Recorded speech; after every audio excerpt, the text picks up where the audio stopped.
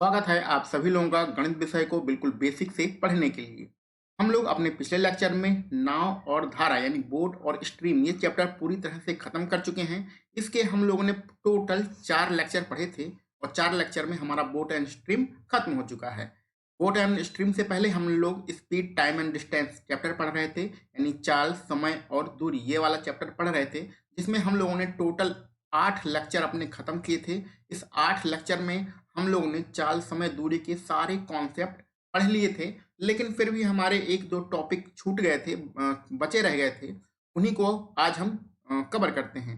यानी कि ये जो लेक्चर है ये आपका स्पीड टाइम एंड डिस्टेंस यानी चाल समय और दूरी चैप्टर का आपका 9वां लेक्चर है, जिसमें हमें औसत चाल यानी एवरेज स्पीड पढ़नी है। क्लियर? तो मैथ के इस कंप्लीट कोर्स में जिसको हम लोग कॉन्सेप्ट से, लॉजिक से और ट्रिक के माध्यम से पढ़ने की कोशिश कर रहे हैं, आप सारे लेक्चर को देखते रहिए। अगर आप लोगों ने पिछले लेक्चर नहीं देखे हैं तो उसकी प्लेलिस्ट बनाई जा चुकी है, आप वहां से जाकर देख सकते हैं। तो चलिए स्टार्ट करते हैं अपना आज का लेक्चर औसत चाल यानी एवरेज स्पीड, चाल समय और दूरी इस चैप्टर से। देखिए, चाल समय और दूरी का चैप्टर पढ़ने के लिए, औसत चाल का फार्मूला पढ़ने के लिए कुछ फार्मूले आपको याद होना चाहिए, जो कि समझना हमें बहुत आवश्यक है। क्योंकि हम लोग कॉन्सेप्ट से पढ़ते हैं, इसलिए पढ़ने में कोई जल्दबाजी नहीं करना है। यहाँ हमें चीज़ें जीएस की तरह चीज़ों को रटना नहीं है, बल्कि गणित सीखना है। गणित जो है सीखने का कार्यक्रम होता है, रटने का कार्यक्रम नहीं होता है। औसत चाल में जो हमारा पहला फार्मूला आएगा निकल कर, वो क्या होगा? वो है औसत चाल बराबर कुल दूरी बटे कुल समय। ये यूनिवर्सल फार्मूला है। यूनिवर्सल का मतलब ये फार्मूला हर जगह फिट हो जाता है। औसत चाल में कुल दूरी बटे कुल समय कर देंगे तो हमारा औसत चाल निकल आएगी। ये कहने का क्या मतलब है? मान लेते हैं हम कोई बस है या कार है या कोई भी आदमी है, पहले ए से बी जाता है और फिर बी से सी पर जाता है। ए से बी की जो डिस्टेंस है वो 50 किलोमीटर है और इसको जाने में 2 घंटे का समय लगता है। बी से सी की जो डिस्टेंस है वो 100 किलोमीटर है। ठीक है, और बी से सी जाने में से कितना घंटा लगता है? 3 घंटे का समय लगता है। अब आपसे अगर औसत चाल पूछा जाए तो कुल कितनी डिस्टेंस है? कुल दूरी 50 और 100 मिलके 150 हो जाएगा। ठीक है, तो कुल दूरी हमारी हो गई 150। कुल समय कितना है? 2 घंटा, और इधर बी से सी 3 घंटा, कुल मिला के कितना हुआ? 5 घंटा। तो यही हमारी औसत चाल का फार्मूला हो जाएगा। इसी को हम सॉल्व कर लेंगे तो हमारी एवरेज स्पीड यानी औसत चाल निकल आएगी। क्लियर? तो यहाँ हमें आंसर निकालना नहीं है, आपको सिर्फ समझाना था कि जब अलग अलग दूरियां दी गई होती हैं तो औसत चाल निकालने के लिए कुल कितनी दूरी चली गई है और उसको चलने में कुल कितना समय लगाया है, इसको हम लोग सॉल्व कर लेंगे तो वही हमारा औसत चाल निकल आएगा। ये आपका यूनिवर्सल फार्मूला होता है जो कि हर जगह अप्लाई होता है। अब आगे बढ़ते हैं औसत चाल के दूसरे कॉन्सेप्ट पर। कॉन्सेप्ट समझना बहुत जरूरी है। कॉन्सेप्ट आप समझे रहेंगे तो आपके सारे प्रश्न बहुत ही स्पीड में सॉल्व होंगे। अगर आप कॉन्सेप्ट ना समझकर सीधे प्रश्न लगाएंगे तो फिर एक दो प्रश्न लगाने के बाद आप फिर आगे जाके फंस जाएंगे। ठीक है, अब दूसरी प्रॉब्लम ये है, ये आपने अभी जो पीछे पढ़ा था, ये जो आपने अभी अभी कॉन्सेप्ट पढ़ा है, इसमें एक बात को ध्यान रखिएगा कि आपकी दूरियां बराबर नहीं हैं। क्या करना है? दूरियां बराबर नहीं है। ठीक है, दूरियां बराबर नहीं है। ऐसी कंडीशन में हमें ये वाला कॉन्सेप्ट लगाना है, कुल दूरी बटे कुल समय। अभी इसके बहुत सारे प्रश्न मिलेंगे, प्रश्नों के लिए चिंता मत करिए। जब दूरियां बराबर नहीं होती हैं तो कुल दूरी बटे कुल समय का कॉन्सेप्ट लगाते हैं। दूसरी कंडीशन में अगर आपकी दूरी बराबर हो जाती है तो क्या करते हैं? दूरियां बराबर हो जाती हैं कहने का मतलब हमें ए से बी जाना है। क्लियर? और फिर बी से लेके सी पर जाना है। पहले हम ए से बी गए और फिर बी से सी गए। ए से बी की जो डिस्टेंस है वो भी 100 किलोमीटर है और बी से सी की जो डिस्टेंस है वो भी 100 किलोमीटर है। तो ऐसी कंडीशन में हमारी औसत चाल का फार्मूला क्या होगा? हम मान लेते हैं ए से बी की जो हमारी स्पीड है, जो चाल है, वो x किलोमीटर प्रति घंटा है और बी से सी जो चाल है वो y किलोमीटर प्रति घंटा है। क्लियर? तो x, ए से बी जाते हैं x किलोमीटर प्रति घंटा की चाल से, बी से सी जाते हैं y किलोमीटर प्रति घंटा की चाल से। वैसी कंडीशन में जब दूरियां बराबर हों, देखिए यहाँ पर भी 100 किलोमीटर बी से सी और ए से बी भी 100 किलोमीटर, आपकी दूरियां बराबर होती हैं तो औसत चाल का फार्मूला होता है 2xy बटे x प्लस वाई। इस चीज को ध्यान में रखिएगा, 2xy plus x plus Y. जब हमारी दूरियां बराबर होती हैं तो पिछला फार्मूला हम लोग नहीं लगाएंगे, क्योंकि यहाँ पर हमारी दूरियां बराबर हैं। दूरियां बराबर होने पर 2xy प्लस अब बटे x प्लस वाई का फार्मूला लगाते हैं औसत चाल निकालने के लिए। तो प्रश्न आपको इसी प्रकार का मिलेगा। आगे कंफ्यूजन वाले जिसमें दूरी बराबर होगी उसमें ये वाला फार्मूला लगाएंगे, जिसमें दूरियां बराबर नहीं होंगी उसमें हम लोग पिछला वाला फार्मूला लगाएंगे। अब कुछ चीजें और ध्यान से समझ लीजिए। ये तो हमारी दो दूरियां थी, ये अभी आपने जो पिछला किया था इसमें दो डिस्टेंस थी, ए से बी था और बी से सी था, यानी कि दो दूरियां थी, वो दो दूरियां जो हैं बराबर थी। अगर आपको तीन दूरियां दे दिया जाए, तीन डिस्टेंस इक्वल दे दिया जाए, यानी कि मान लें ए से बी, ठीक है, और फिर बी से सी और फिर सी से डी, ए से बी हो गया और बी से सी हो गया और सी से डी हो गया। ये तीनों बराबर हैं, ये तीनों डिस्टेंस जो हैं आपस में बराबर हैं। ए से बी की जो चाल है उसको हम एक्स मान लेते हैं, बी से सी की जो चाल है यानी स्पीड है उसको हम वाई मान लेते हैं, सी से डी की जो स्पीड है उसको हम जेड मान लेते हैं। तो हमें स्पीड पता है, दूरियां हमारी बराबर हैं और तीन दूरियां होंगी तो फार्मूला क्या होगा औसत चाल का, देखिए ऊपर लिखा है 3/1/x plus 1/y plus 1/z। 3/1/x plus 1/y plus 1/z, ये हमारी तीन दूरियां बराबर होने पर फार्मूला होता है। अगर ये दूरियां बराबर नहीं होंगी तो क्या करेंगे, वही हम अपना पुराना फार्मूला लगाएंगे, कुल दूरी बटे कुल समय, औसत चाल का पहले नंबर वाला फार्मूला लगाएंगे। इसी में अगर चार दूरियां बराबर हों तो क्या करेंगे, कुछ नहीं करेंगे, जो आपका चौथी चाल आप मान लीजिए डी से ई मान लीजिए, ठीक है, ये भी हमारा बराबर है और इसकी स्पीड है डी से ई जाने में डब्ल्यू मान लेते हैं, स्पीड मतलब चाल। तो ए से बी की स्पीड एक्स, बी से सी की वाई, सी से जेड की सी से डी की जेड और डी से ई की स्पीड डब्ल्यू है। ऐसी कंडीशन में ये चार दूरियां हैं, चारों बराबर हैं, तो औसत चाल का फार्मूला होगा 4/1/x plus 1/y plus 1/z plus 1/w। तो ये चार दूरियों का फार्मूला है। ये अगर तीन दूरियां बराबर हो उसका फार्मूला है। ये वाला सॉरी चला गया, हाँ, ये वाला फार्मूला हमारा दो दूरियां बराबर होती हैं तो उसका फार्मूला है। और ये वाला फार्मूला जो आपने सबसे स्टार्टिंग में पढ़ा है, जब हमारी कोई दूरी बराबर नहीं होती है तो ऐसी कंडीशन में औसत चाल निकालने का फार्मूला है कुल दूरी बटे कुल समय। ये यूनिवर्सल फार्मूला, ये हर जगह अप्लाई किया जा सकता है। हर जगह अप्लाई करने का मतलब ये वाला फार्मूला हम इस कंडीशन में भी लगा सकते हैं, इस कंडीशन में भी लगा सकते हैं। तो चलिए, कॉन्सेप्ट हमने थोड़ा बहुत तो पढ़ ही लिया है, तो अब इसके हम लोग प्रश्न लगाते हैं। अगर कोई कॉन्सेप्ट में कुछ कमी रह गई होगी तो प्रश्न जब लगाएंगे तो वो सारी चीजें, हमारी सारी कन्फ्यूजन दूर हो जाएंगी। अब क्वेश्चन पर आगे बढ़ते हैं। भैया पहला प्रश्न हमारा आ चुका है। अब आपको ध्यान देना है कि प्रश्न में क्या लिखा गया है। एक व्यक्ति अपनी यात्रा का आधा भाग, एक व्यक्ति अपनी यात्रा का आधा भाग, देखिए साफ साफ लिखा है आधा भाग, 6 किलोमीटर प्रति घंटे की चाल से तथा शेष आधा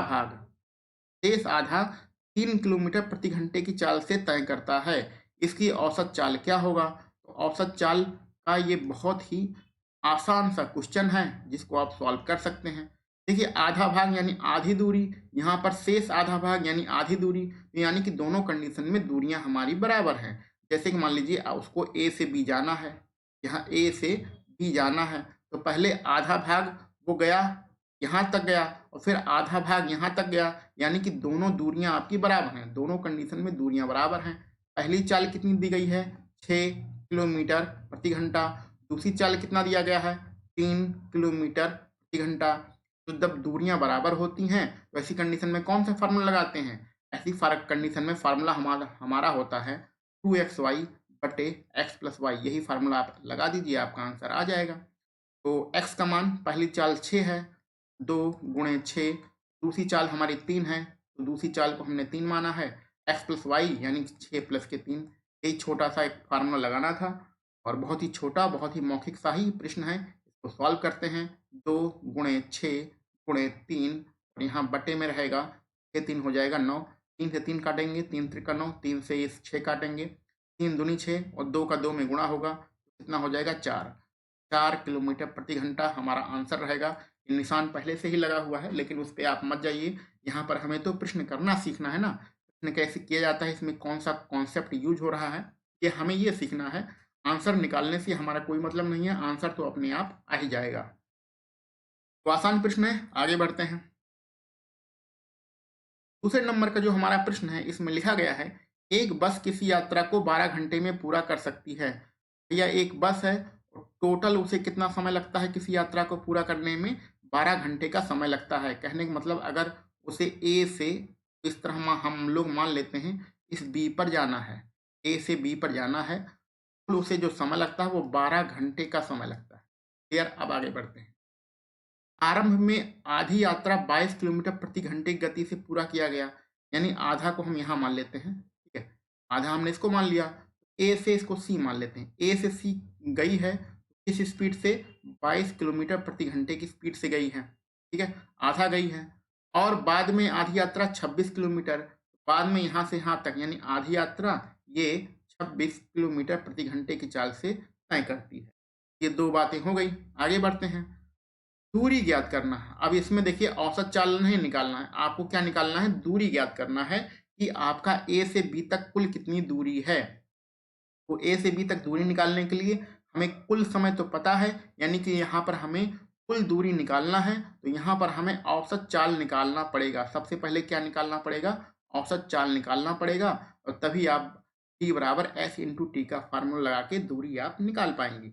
यहाँ पर देखिए आधी दूरी तय करता है, यानी ये वाली डिस्टेंस और ये वाली डिस्टेंस बराबर है। ऐसी कंडीशन में जब दूरियां बराबर होती हैं तो औसत चाल निकालने के लिए फार्मूला कौन सा अप्लाई करते हैं? 2xy बटे x प्लस वाई, ये वाला फार्मूला हम लोग अप्लाई करते हैं। फार्मूले में x पहली वैल्यू होती है, y दूसरी वैल्यू होती है, दोनों का मान रख दीजिए। 2 गुणे x पहली वैल्यू यानी 22, y दूसरी वैल्यू यानी कि 26, और नीचे का क्या करना है? x प्लस वाई यानी कि 22 और प्लस के 26 करना है। क्लियर? तो सॉल्व कर लेते हैं, हमारा आंसर आ जाएगा आंसर नहीं आएगा, औसत चाल निकल के आएगी, क्योंकि आंसर के लिए तो हमें दूरी निकालना है। 22 और यहाँ मल्टीप्लाई बाई 26 है, और ये कितना है? हो जाएगा आपका 48 हो जाएगा। तो सॉल्व करने के लिए पेन का कलर चेंज करते हैं, नहीं तो एक ही पेन से कलर से वो दिक्कत होती है। तो 2 से कैंसिल आउट करते हैं तो ये 24 बार कैंसिल आउट होगा, और इसको हम लोग 2 से कैंसिल आउट करते हैं तो ये 11 हो जाएगा, और यहाँ पर हो जाएगा 12। फिर इसको 2 से कैंसिल आउट करते हैं, ये 6 हो जाएगा, और ये हो जाएगा हमारा 13।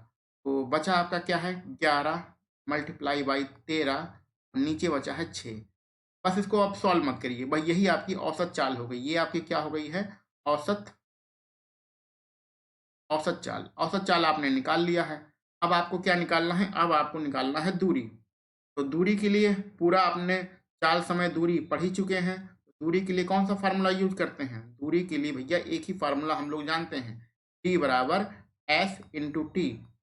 चाल समय और दूरी का इतने सारे आपने लेक्चर पढ़ चुके हैं, जिसमें हम लोगों ने सिर्फ इतना बताया है कि इसमें एक ही फार्मूला यूज होता है, डी बराबर S into T. D for distance, S for speed, T for time, यानी दूरी बराबर चाल गुणे समय। दूरी हमें निकालना है। चाल हम औसत चाल निकाल चुके हैं कि अगर हमें ए से लेकर बी तक जाना है तो हमारी औसत चाल कितनी होगी? 11 मल्टीप्लाई बाई यहाँ पर 13 है, और डिवाइड बाई कितना है? 6 है। और समय कितना है? देखिए प्रश्न की पहली लाइन में लिखा है समय आपका 12 घंटा है, तो समय टी की यहाँ पे समय आपका 12 घंटा हो गया। 12 से इसे कैंसिल आउट करेंगे तो ये 6 दूनी 12, 2 बार कटेगा, तो कितना हो जाएगा? डी बराबर 11 मल्टीप्लाई 13 का 2 में गुणा करेंगे, 13 दूनी 26 हो जाएगा। ठीक है, 1 किलोमीटर में आंसर आएगा, इसका गुणा कर दीजिए। 11 छके 66, 66 के 6, हासिल आएगा 6, 11 दूनी 22, और 22 6 कितना होता है? 28। तो 286 किलोमीटर हमारा आंसर आ रहा है। कहाँ पर है? तीसरा विकल्प बिल्कुल सही रहेगा। तो ये प्रश्न औसत चाल से ही संबंधित प्रश्न था, लेकिन इसमें कहीं लिखा नहीं था कि आपको औसत चाल निकालना पड़ेगा। यहाँ पर अगर आप औसत चाल नहीं निकालेंगे, ये जो आपकी स्पीड दी गई है इसका मान आप डायरेक्ट लिखेंगे तो आपका आंसर नहीं आएगा। तो इसमें हमें औसत चाल पहले निकालना था। फिर आपका समय दिया गया है ए से बी तक जाने का 12 घंटा, तो दूरी आप निकाल सकते हैं डी बराबर एस इंटू टी का फार्मूला लगाकर। ठीक है, तो औसत चाल यहाँ पर निकालना जरूरी है। कंफ्यूज मत होइएगा कि यहाँ से यहाँ तक की चाल 22 है, यहाँ से यहाँ तक की चाल 26 है, दोनों जोड़कर 2 का आधा कर दें, तो वो वाला औसत नहीं निकालना है। ठीक है, यहाँ पर औसत चाल का मतलब कुछ लोग समझते हैं कि जैसे एवरेज वाला जो चैप्टर होता है, हम लोग अभी पढ़ेंगे कुछ दिनों बाद एवरेज का चैप्टर पढ़ेंगे, तो उसमें क्या करते हैं कि जैसे दो यहाँ को कहाँ समझाएं, यहाँ पर समझाते थे। जैसे उसमें 22 होता है और 26 होता है, दोनों जोड़कर 2 का भाग कर दीजिए। तो ये औसत निकल आता है। ठीक है, तो ये वाला कार्यक्रम यहाँ नहीं लगाना है, ये औसत चाल है, ये कुछ दूसरी चीज होती है, और जो आप एवरेज पढ़ते हैं वो कुछ दूसरी चीज होती है। ठीक है, कंफ्यूज नहीं होना है, वो जब चैप्टर पढ़ेंगे तो आपको समझाया जाएगा कि उसमें हम लोग क्या करते हैं। आगे बढ़ते हैं अपने तीसरे प्रश्न पर। चलिए भैया, प्रश्न लिखते जाते हैं और इसको हम लोग सॉल्व करते जाते हैं। कोई व्यक्ति साइकिल पर 100 किलोमीटर की दूरी तय करता है, यानी कि भैया यहाँ से लेकर मान लेते हैं उसे 100 किलोमीटर जाना है। तो चित्र बनाते रहिए और प्रश्न को सॉल्व करते रहिए। ए से बी उसे जाना है, ए से बी जाने के लिए 100 किलोमीटर की डिस्टेंस को तय करेगा। चलिए आगे बढ़ते हैं। पहले 2 घंटे में उसकी चाल 20 किलोमीटर प्रति घंटा रहती है।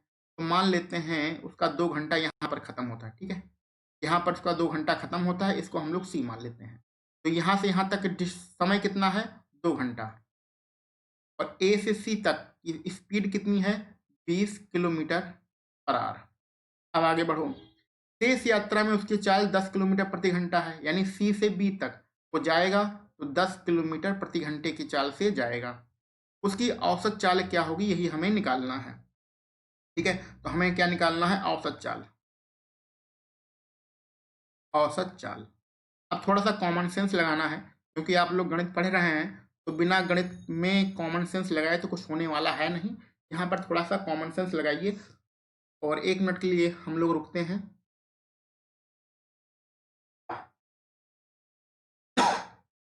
हाँ भैया, अब स्टार्ट करते हैं और ये देखते हैं कि किसका किसका कितना कॉमन सेंस तेज हो चुका है और किसने कितने लेक्चर पढ़े हैं और किसको क्या समझ में आया है। चलिए स्टार्ट करते हैं। इस प्रश्न को थोड़ा सरल तरीके से सॉल्व करेंगे, इजी वे से सॉल्व करेंगे, उसके लिए कॉमन सेंस का यूज करेंगे। ए से सी की बात हो रही है। ए से सी की पहले बात करते हैं। ए से सी आपको जाना है, 2 घंटे का समय लगेगा, प्रश्न में लिख दिया है। ए से सी जाने के लिए 20 किलोमीटर प्रति घंटे की हमें स्पीड होगी। तो यानी कि हमारा ए से सी हमारी कितनी दूरी तय करेंगे, ये देखिए 20 किलोमीटर प्रति घंटा। यहाँ पर जो लिखा गया है ये वाली वैल्यू को जरा ध्यान दीजिए, 20 किलोमीटर प्रति घंटा। 20 किलोमीटर प्रति घंटे का मतलब होता है, इस लाइन का यही मतलब होता है 1 घंटे में 20 किलोमीटर। लाइन का यही तो मतलब होता है। देखिए मेरे कहने का ये मतलब है कि हर चीज सिर्फ आप फार्मूला लगा के मत निकालिए, कुछ कॉमन सेंस से भी प्रश्न को सॉल्व करने की कोशिश किया कीजिए। तो 20 किलोमीटर प्रति घंटे का मतलब होता है 1 घंटे में 20 किलोमीटर। तो 1 घंटे में 20 किलोमीटर और इसने टोटल कितनी दूरी तय की है, 2 घंटा। तो जब 1 घंटे में 20 किलोमीटर तो 2 घंटे में कितना, 40 किलोमीटर। यानी कि हमारा ए से सी की जो दूरी है वो कितना है, 40 किलोमीटर है। टोटल कितना दूरी थी, टोटल 100 किलोमीटर की दूरी थी, पहली लाइन में लिखा है। तो सी से बी कितना बचा है आपका, सी से बी बचा है 60 किलोमीटर। क्लियर, तो सी से बी आपका 60 किलोमीटर बचा है। मौखिक की प्रश्न करना है, ध्यान से देखिएगा। अब सी से बी पर चले आओ। सी से बी कितना है, 60 किलोमीटर है। और सी से बी जाने के लिए जो हमारी स्पीड है कितना, 10 किलोमीटर प्रति घंटा। तो यहाँ से फिर आप दिमाग लगाइए, 10 किलोमीटर प्रति घंटे का मतलब 1 घंटे में 10 किलोमीटर। 1 घंटे में 10 किलोमीटर, यही तो हुआ 10 किलोमीटर प्रति घंटे का मतलब। और जाना कितना है, 60 किलोमीटर। तो जब 1 घंटे में 10 जाएंगे तो दूसरे घंटे में 20 जाएंगे, तीसरे घंटे में आप कितना जाएंगे, 30 जाएंगे, चौथे घंटे में 40, पांचवें घंटे में 50 और छठवें घंटे में 60। तो हमने क्या निकाल लिया कि भैया अगर हमें सी से बी तक जाना है तो कुल कितना समय लगेगा, 6 घंटे का समय लगेगा। ठीक है, ये बात आपको समझ में आ गई होगी। ये सारी चीजें कुछ मौखिक भी कर लेना है, बार बार हर जगह फार्मूला लगा के उसको निकालने की कोशिश मत किया कीजिए। तो अब आपको औसत चाल निकालना है और इसमें कौन सा फार्मूला लगेगा, इसमें पहले वाला फार्मूला लगेगा, औसत चाल बराबर कुल दूरी बटे कुल समय। ये वाला फार्मूला यहाँ पर अप्लाई होगा। ठीक है, क्योंकि यहाँ पर दूरियां आपकी अलग अलग हैं। तो कुल दूरी कितनी है, प्रश्न में पहली लाइन में लिखा है 100 किलोमीटर कुल दूरी है। ठीक है, आप यहाँ पर भी जोड़ लीजिए, यहाँ ए से सी 40 है और सी से बी 60 है, कुल मिला के 100 किलोमीटर होगा। कुल समय कितना है, ए से सी हमारा 2 घंटे है और सी से बी अभी अभी आपने निकाला है 6 घंटे है।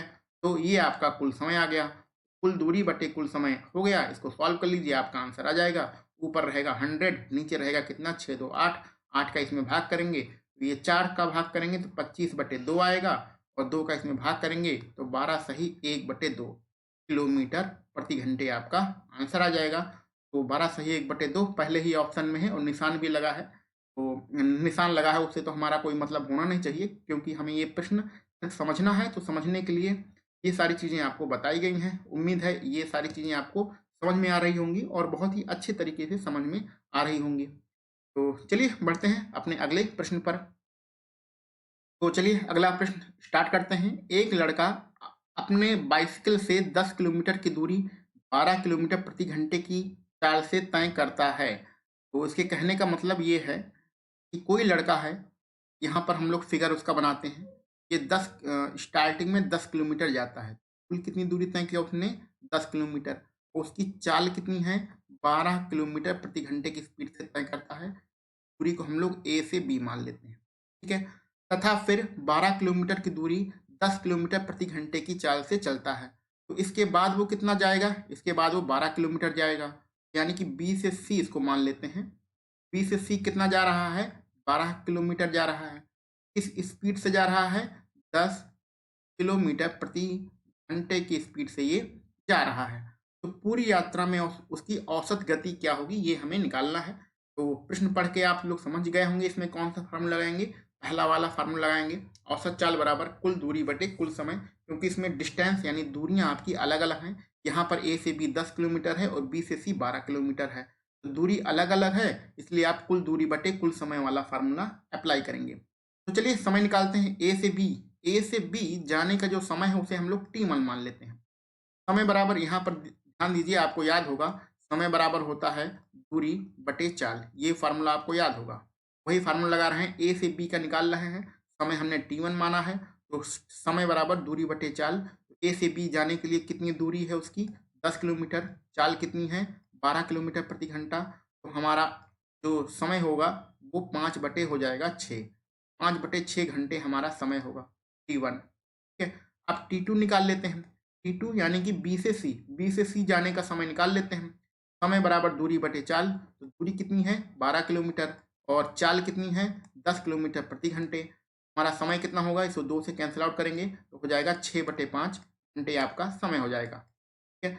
अब कुल समय हमें निकालना है। तो कुल समय निकालने के लिए क्या करेंगे आप? कुल समय जो आपको निकालना है, निकालने के लिए जो आपने टी1 निकाला है और जो आपने टी2 निकाला है तो जोड़ दीजिए। तो चलिए जोड़ देते हैं। 5 बटे 6 और टी1 का मान और टी2 का मान 6 बटे 5, इसको ऐड कर देते हैं। तो एलसीएम कितना आएगा? 6 पंचे 30, यानी 30 एलसीएम आएगा। और 5 का इधर मल्टीप्लाई होगा तो हो जाएगा 25, 6 का इधर मल्टीप्लाई होगा तो हो जाएगा 36। तो टोटल समय कितना आ गया? 5, 10 और 11 और 5 1 6 यानी 61। 61 बटे 30 घंटे, यानी 61 बटे 30 आर आपका कुल समय आ रहा है, ठीक है। तो कुल दूरी आपको पता है, ए से बी 10 और बी से सी कितना है? 12। तो कुल दूरी कितनी हो जाएगी? 10 और 12 हो जाएगा 12 10 22, ठीक है। तो औसत चाल आपको निकालना है। औसत चाल, औसत चाल का फार्मूला क्या होगा? कुल दूरी बटे कुल समय। तो कुल दूरी कितनी है? 10 और 12, तो कितना हो जाएगा? 22। और कुल समय कितना है ये आपने निकाला है? 60 नहीं 61 है। 61 बटे 30। तो सॉल्व कर लेते हैं। ये 22 हो जाएगा, 30 पलट के ऊपर चला जाएगा, ठीक है। और नीचे कितना रहेगा आपका? नीचे आपका 61 रहेगा। ये 60 नहीं है 61, ठीक है।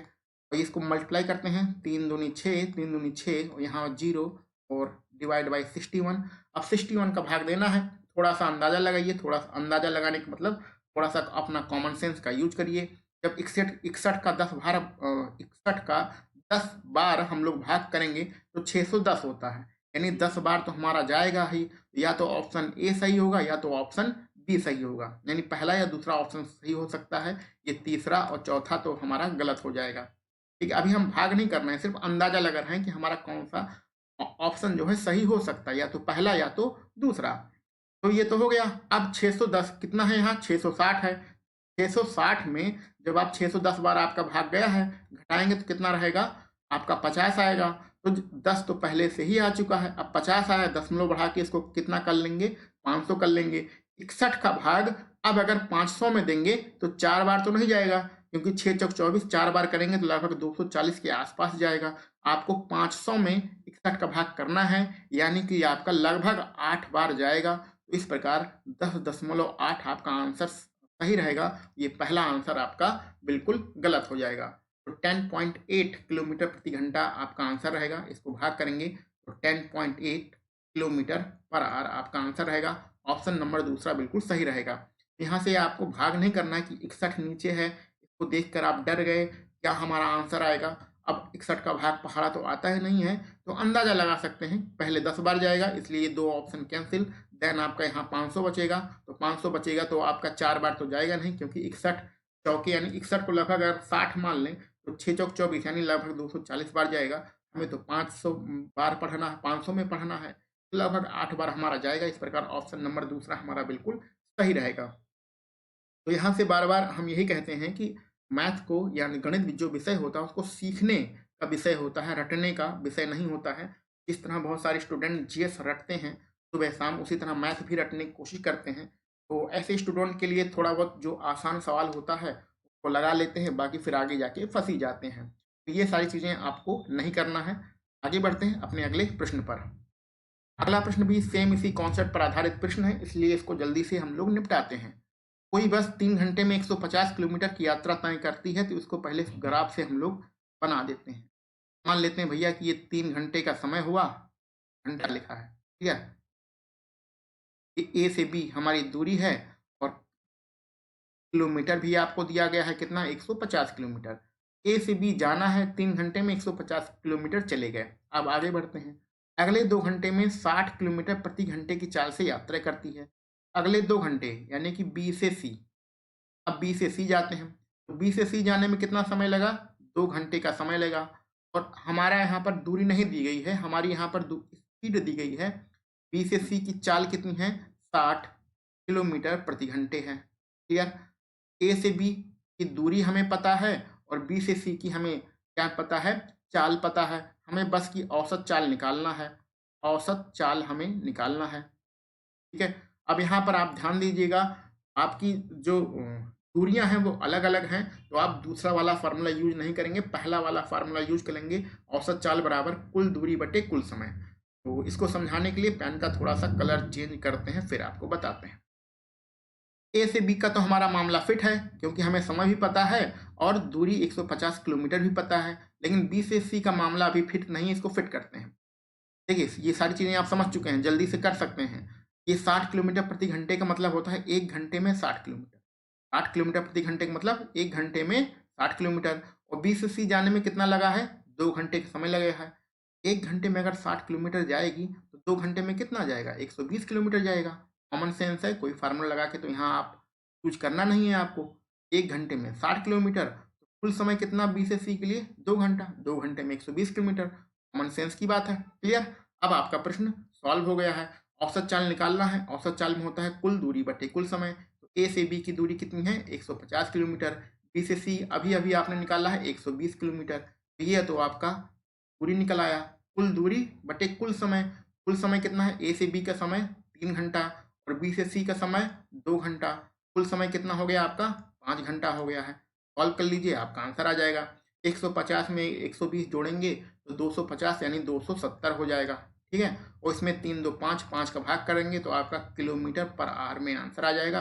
5 का भाग करेंगे तो 55 25 हो जाएगा, 5 चौके 20 हो जाएगा, यानी 54 किलोमीटर प्रति घंटे आपका आंसर रहेगा। ये दूसरा जो विकल्प है ये आपका बिल्कुल सही विकल्प है। तो आसान प्रश्न है, कोई ज़्यादा इसमें दिमाग लगाने वाली चीज़ें तो है नहीं, इसलिए हम लोग आगे बढ़ते हैं अपने अगले प्रश्न पर। तो आगे हमारे औसत चाल का बहुत ही अच्छा प्रश्न है, इसका फार्मूला आप अभी अभी पढ़ चुके हैं। फार्मूला क्या होता है, पहले डिस्कशन करते हैं हम लोग क्वेश्चन पर। एक बस 3 किलोमीटर लंबे 4 खंड, इसके कहने का सब मतलब समझ लीजिए। अगर प्रश्न का मतलब आप समझ लेते हैं तो वहीं से आपके प्रश्न बहुत ही आसान हो जाते हैं। तो कहने का इसका सीधा सीधा मतलब ये है कि आपके 3 किलोमीटर लंबे 4 खंड हैं, यानी कि इसको मान लेते हैं 1, इसको मान लेते हैं 2, इसको मान लेते हैं 3 और ये हो जाएगा 4। ये भी हमारा 3 किलोमीटर का है, यहाँ से यहाँ तक। और यहाँ से यहाँ तक ये भी हमारा 3 किलोमीटर का है। यहाँ से यहाँ तक ये भी हमारा 3 किलोमीटर का है। और यहाँ से यहाँ तक ये भी हमारा 3 किलोमीटर का है। इसको ए, बी, सी, डी और ई अगर माने तो 3 किलोमीटर लंबे 4 खंड हैं, यानी 4 टुकड़े हैं। तो ये आपकी दूरियां बराबर हैं, तो इसमें दूरी बराबर वाला ही कोई ना कोई फार्मूला लगेगा, जो कि हम पीछे पढ़ चुके हैं। अब इसकी स्पीड कितनी है? पहला है 10 किलोमीटर प्रति घंटे, फिर 20, फिर 30 और फिर 60 किलोमीटर प्रति घंटे की दर से पार करता है। यानी पहले जो खंड है उसको वो 10 किलोमीटर प्रति घंटे की स्पीड से तय करता है। दूसरा बी से सी, ये है जाता है 20 किलोमीटर प्रति घंटे की स्पीड से। और सी से डी, ये जाता है 30 किलोमीटर प्रति घंटे की स्पीड से। और डी से ई जाता है 60 किलोमीटर प्रति घंटे की चाल से ये जाता है। तदनुसार यानी इसके बाद उस कार की उस दूरी के लिए औसत गति क्या होगी? तो आपको पढ़ाया गया है कि अगर 4 दूरियां बराबर होती हैं और चारों दूरियां बराबर होने पे हमें उनकी चाल दिया गया है, तो जो औसत चाल का फार्मूला होता है वो क्या होता है? कि अभी अभी हम लोग पढ़ के आए हैं। तो जब 4 दूरियां होती हैं तो ऊपर हम लोग 4 लिखते हैं, नीचे क्या होता है, इन चारों स्पीड को बटे में लिख देते हैं। यानी कि 1/x प्लस 1/y और प्लस 1/z, और चौथी स्पीड को हम लोग w मान लें तो 1/w, ये हमारी स्पीड का फार्मूला होता है। चलिए सबका मार्क दीजिए, आपका आंसर आ जाएगा। प्रश्न में कुछ नहीं है, सिर्फ हमने फार्मूले का इस्तेमाल करना है। 1/x यानी 1 यहाँ पर 10 रहेगा, 1/y यानी 1/20 रहेगा। तीसरी स्पीड कितनी है? 1/z यानी 1/30 है।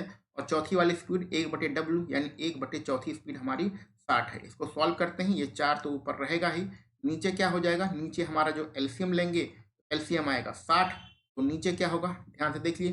10 का पहाड़ा 60 में पढ़ेंगे तो 6 बार जाएगा, 6 गुना ऊपर हो जाएगा।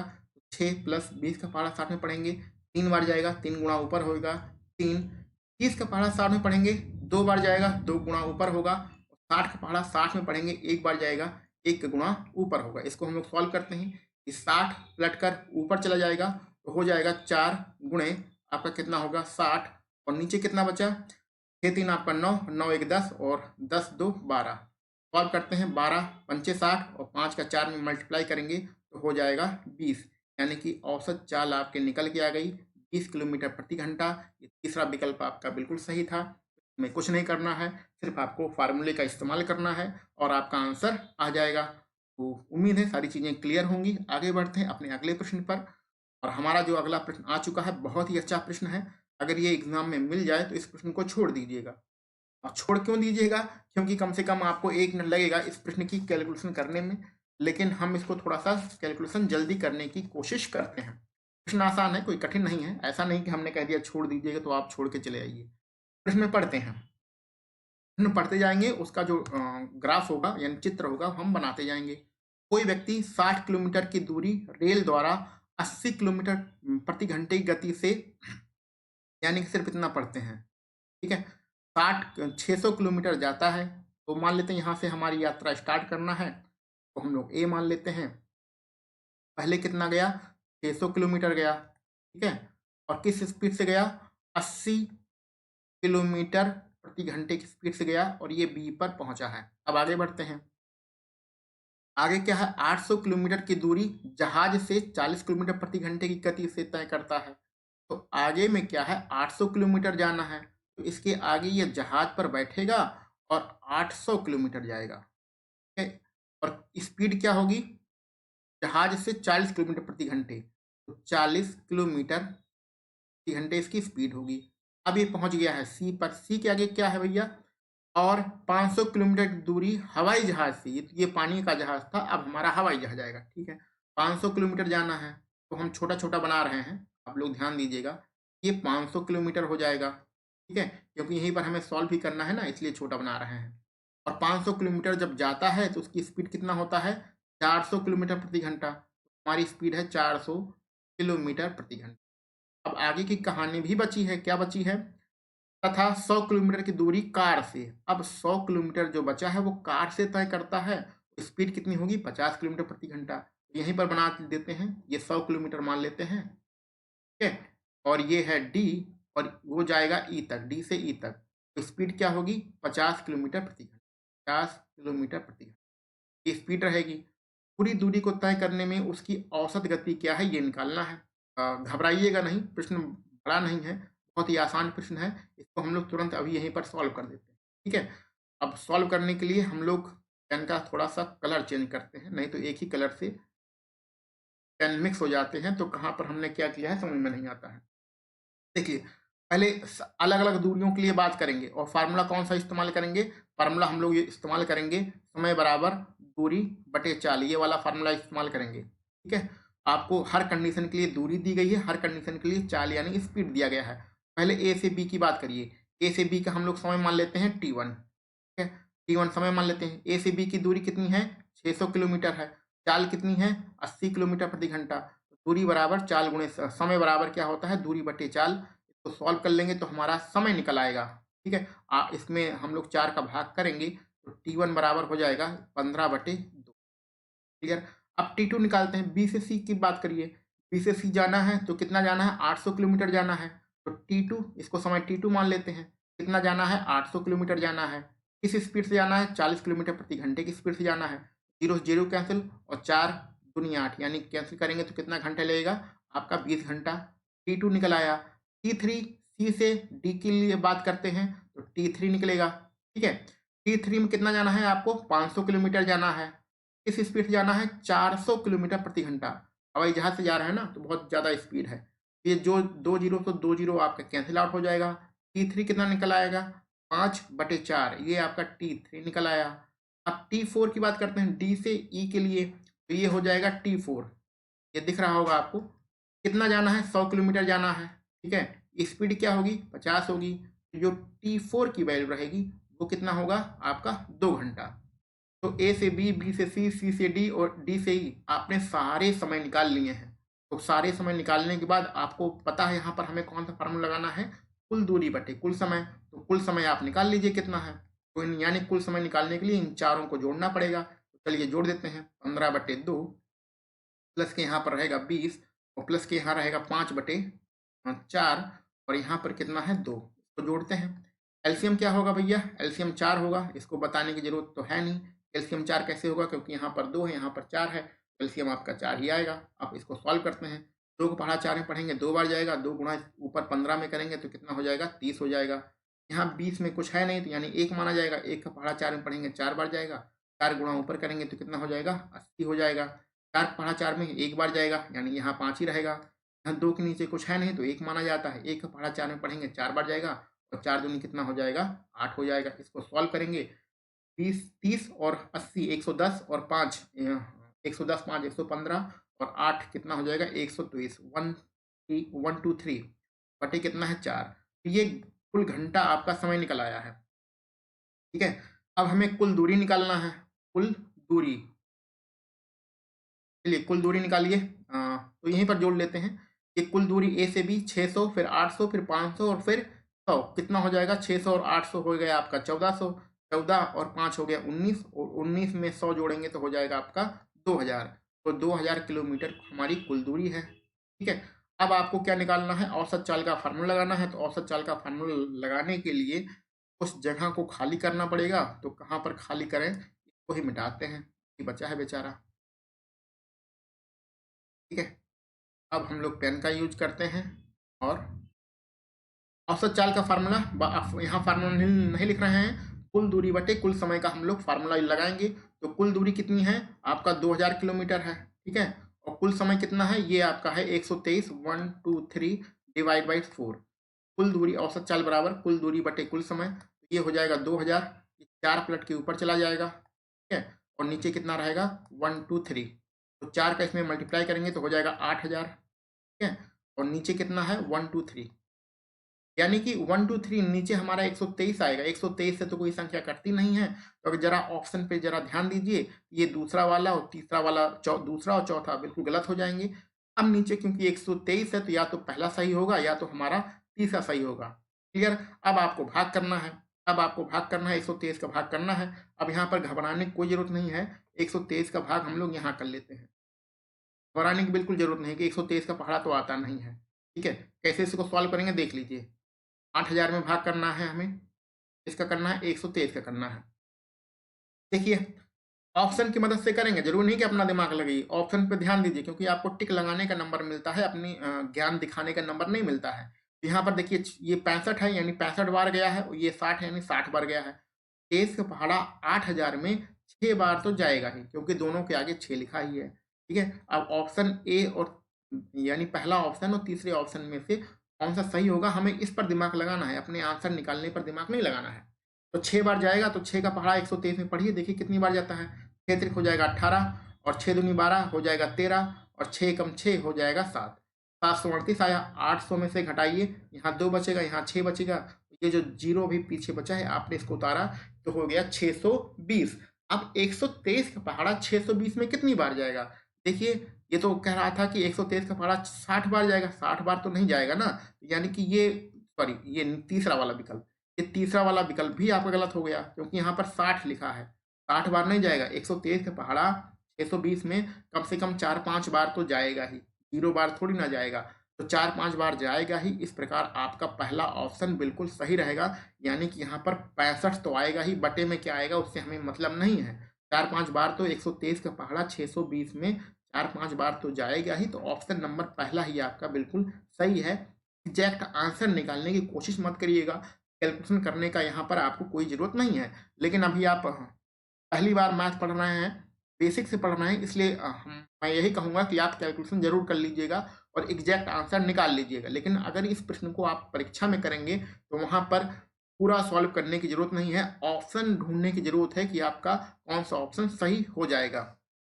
उम्मीद है ये सारी चीज़ें आपको समझ में आ रही होंगी। बहुत ही अच्छा प्रश्न है, बड़ा प्रश्न है, कैलकुलेशन करने में समय लगेगा। आगे बढ़ते हैं अपने अगले प्रश्न पर।